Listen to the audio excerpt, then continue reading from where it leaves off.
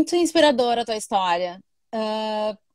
Bom, estamos aqui vivendo esse momento, né, de pandemia, um período de grandes desafios para a humanidade. E a gente precisa saber se relacionar, respeitar o outro e ser resiliente. Como é que a gente equilibra tudo isso, João?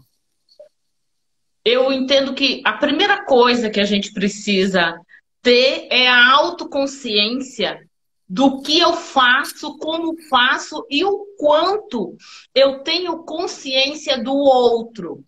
O quanto eu percebo essa subjetividade. Porque, em regra, especialmente quando se trabalha com gestão de equipes, a maioria dos gestores ainda querem cópias de si mesmo. Então, a gente precisa ter a humildade de desaprender muita coisa, a humildade e a curiosidade de aprender novas ações. E tem N pessoas que chegam para mim e dizem assim: a gente tem que sair fora da caixa. Isso não adianta. Por quê, Débora? Na hora do caos, todos nós evoluímos emocionalmente. Então a gente volta para a caixa. Eu preciso destruir aquela caixa que já não me traz mais o resultado e construir novos insights, novas caixas. Então eu preciso saber que eu não me basto, eu preciso saber que a minha ação ou a minha omissão afeta um todo, né? Porque tem pessoas que acreditam, inclusive, que se elas se omitirem, tá tudo bem. Não tá tudo bem, abençoado. Você tem que se posicionar. O mundo espera isso de ti. Ô, João, Porque... desculpa te interromper, mas assim, ó, o tema dessa live tinha que ser hashtag Trago Verdades. Trago Verdades. Porque tá aqui, ó, uma atrás da outra. É o jeitinho amoroso que eu tenho. Comigo não tem mimimi, Débora. Essa é a minha essência. Por mais que se ilustre, tá aqui. A determinação da pessoa. Então, por isso que às vezes eu sinto vontade de dar um sacolejão em algumas pessoas que ficam esperando as condições ideais para agirem. E algo que a gente está vivendo nesse período de mais de 100 dias, uma dor absolutamente inesperada, uma perspectiva que eu preciso ter consciência de que houve uma ruptura, e muitas vezes as pessoas chegam para mim e dizem: ah, mas quando tudo voltar ao normal, como, cara pálida? O mundo mudou. Mudou! E ou eu me adapto a esse cenário, ou eu estou obsoleta desde o primeiro momento. Então, a forma de consumir mudou, a forma de se relacionar mudou, a forma daquilo que eu elejo como prioridade na minha vida mudou. Se eu não me der conta disso, se eu não internalizar novos hábitos, eu não consigo ver vida dentro desse novo contexto. Então, houve uma ruptura. Não é algo que foi trincado. Não, é efetivamente uma ruptura. Nós estamos agora com uma expectativa da vacina para combater o Covid, que vai levar uma média de pelo menos 9 meses para ela poder chegar no mercado. Isso se Deus ajudar e os cientistas conseguirem, de fato, elucidar o caminho desse vírus. Né? Ou seja, eu não posso deixar minha vida paralisada nesse interregno de tempo. Porque a vida continua.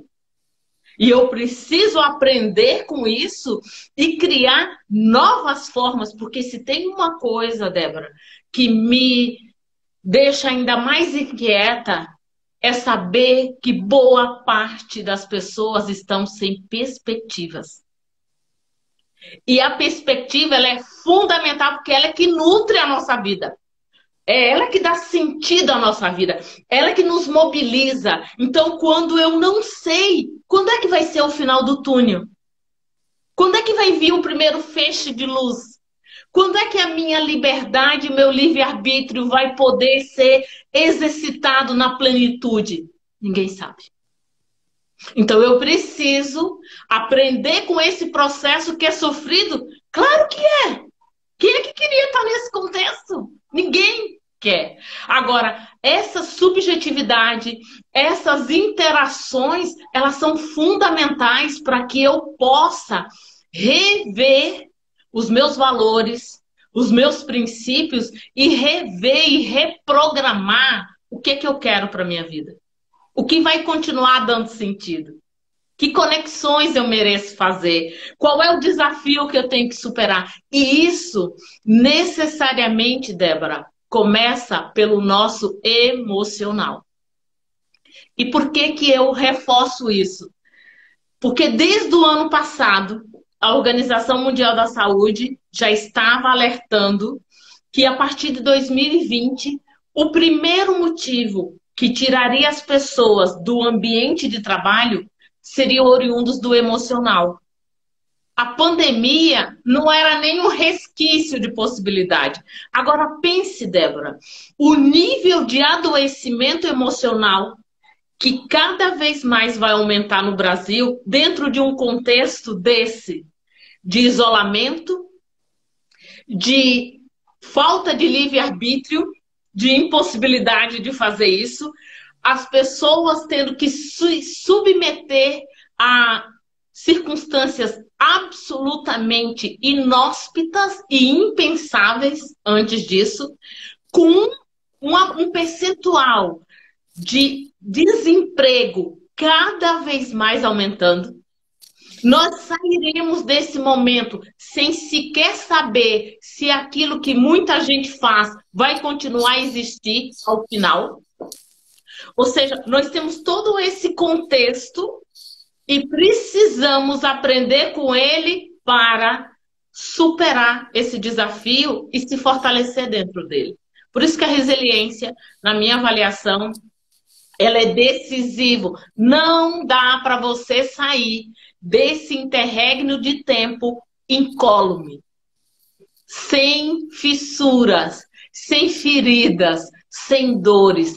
Não dá.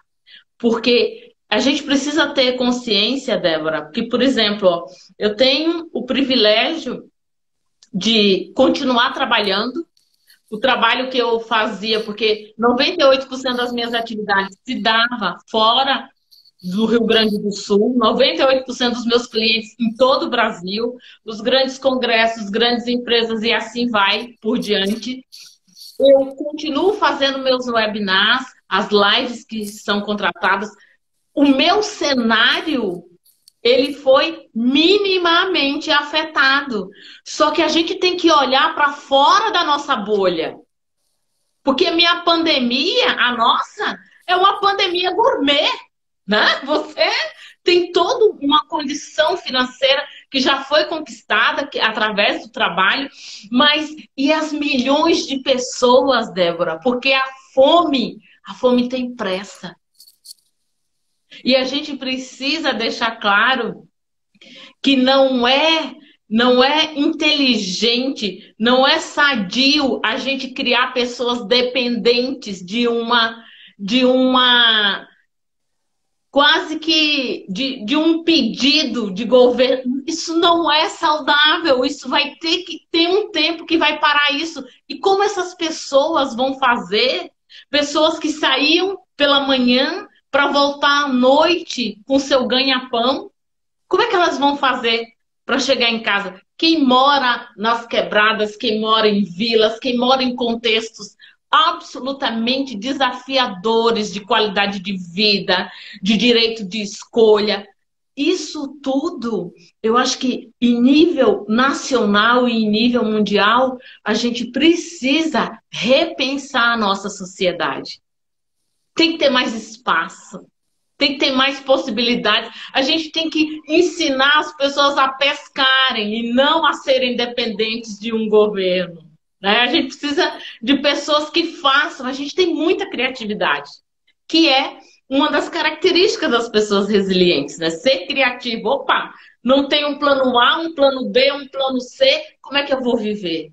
Então a gente precisa, cada vez mais, dentro das organizações, trabalhar isso e, obviamente, poder ampliar esse escopo para o maior número de pessoas possíveis, porque eu sou fruto da escassez e sei que é possível sair de lá.